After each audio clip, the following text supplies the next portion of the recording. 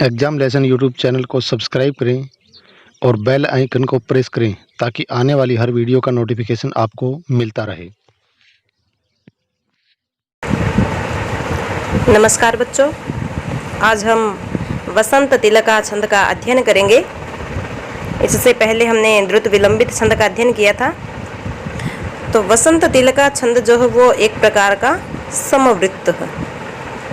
समवृत्त से आप समझ गए होंगे कि जिसके चारों चरणों के वर्णों की संख्या समान हो या चारों चरण समान वर्णों वाले हों।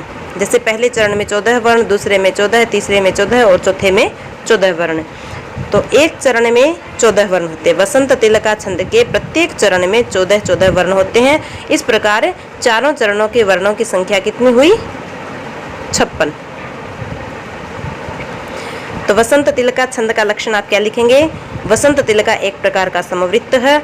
इसके प्रत्येक चरण में 14 वर्ण होते हैं और कुल वर्णों की संख्या है 56। आगे इसका लक्षण, बाकी लक्षण और भी है गण के अनुसार। वो है उक्ता वसंत तिलका तभजा जगौगः। उक्ता वसंत तिलका, वसंत तिलका छंद उक्ता कहा जाता है या वसंत तिलका छंद कहा है किसको? तभजा जगौगः। तभजा जगौगः का अर्थ हुआ तभजा, त का अर्थ हुआ तगण, भय का अर्थ हुआ भगण और जा का अर्थ हुआ जगण। तभजा। फिर उसके बाद है जगऊ। जगऊ में जय हो गया और गऊ का अर्थ हो गया गुरु। यहाँ जगऊ जगन और गुरु वर्ण होने के कारण यहाँ द्विवचन का पद प्रयुक्त हुआ है जगऊ। और उसके बाद जो गह है उसका अर्थ है गुरु। तो उक्ता वसंत तिलका तभजा जगौग। वसंत तिलका छंद वह कहा जाता है या वसंत तिलका उसको कहा है जिसमें तगण, भगण, जगण, जगण, गुरु और गुरु वर्णों का क्रम हो, या क्रमशः जिस छंद में तगण, भगण, जगण, जगण, गुरु और गुरु वर्ण हो वो वसंत तिलका छंद कहलाता है। तो ये वसंत तिलका छंद का लक्षण हुआ। वसंत तिलका छंद का लक्षण याद आपको अवश्य करना है और इससे आपको पता चल जाएगा कि इसमें तगण, भगण, जगण, जगण और 2 गुरु वर्ण होंगे क्रम से, तो वो वसंत तिलका छंद होगा। आइए देखते हैं उदाहरण। ये उदाहरण भी कक्षा 12 की पाठ्य पुस्तक से लिया गया है और ये भी नीतिशतक का श्लोक है।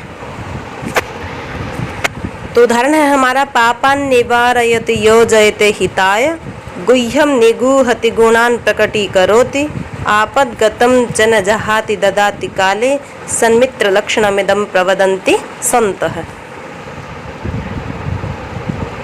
तो पहला चरण है हमारा पापान निवारयति योजयते हिताय। पापान निवारयति में पा गुरु है, फिर पा गुरु है। निवारयति का नी लघु है, वा गुरु है, रे लघु है, ये लघु है, ती लघु है, यो गुरु है, जय लघु है, ये लघु है, ते गुरु है। हिताय में ही लघु है, ता गुरु है और ये लघु है परंतु चरण का अंतिम अक्षर होने के कारण गुरु है। तो इसमें गण बनाएंगे। अब हम अंत में 1 या 2 वर्ण बचता है तो उसको आप अलग से करेंगे, अलग अलग करेंगे, इकट्ठा नहीं करेंगे। 3 है तो गण बन जाएगा और 3 से कम है या 1 या 2 है तो क्या करेंगे, हम उनको अलग अलग दर्शाएंगे।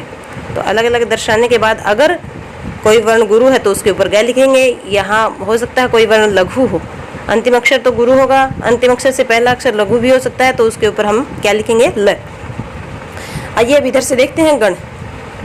ये 4 गण बन गए, बच गए इधर हमारे। तो 4 गणों के 12 वर्ण ये हो गए और 2 वर्ण ये, कुल वर्ण कितने हो गए? 14 है। एक चरण के वर्ण हुए 14। पहला है अंत लघु। अंत लघु, अंत लघु कौन सा होता है? तगण होता है। जैसे ता, रा, ज, तगण। तो ता और रा गुरु वर्ण है, जय लघु वर्ण है, तो अंत लघु होता है तगण का। उसके बाद है आदि गुरु। आदि गुरु होता है भगण का। जैसे भानस, ये माता राज भानस लगा जो सूत्र है उसके उदाहरण के अनुसार भगण का क्या उदाहरण दिया है उसमें? भानस, भानस। तो ये हो गया हमारा भगण। उसके बाद है मध्य गुरु।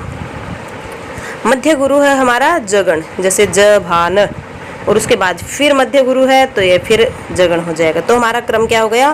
त, भ, ज, ज, ग और ग। और लक्षण क्या कह रहा है हमारा? त, भ, ज, ज, ग और ग।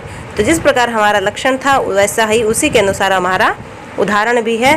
तो ये पापान् निवारयति योजयति हिताय गुह्यं निगूहति गुणान् प्रकटीकरोति आपद्गतं च न जाहाति ददाति काले सन्मित्र लक्षणमिदं प्रवदन्ति सन्तः। ये जो उदाहरण है वो वसंत तिलका छंद का है, क्योंकि वसंत तिलका छंद का जो लक्षण है वो इस पर पूर्ण रूप से साबित हो रहा है, घटित हो रहा है।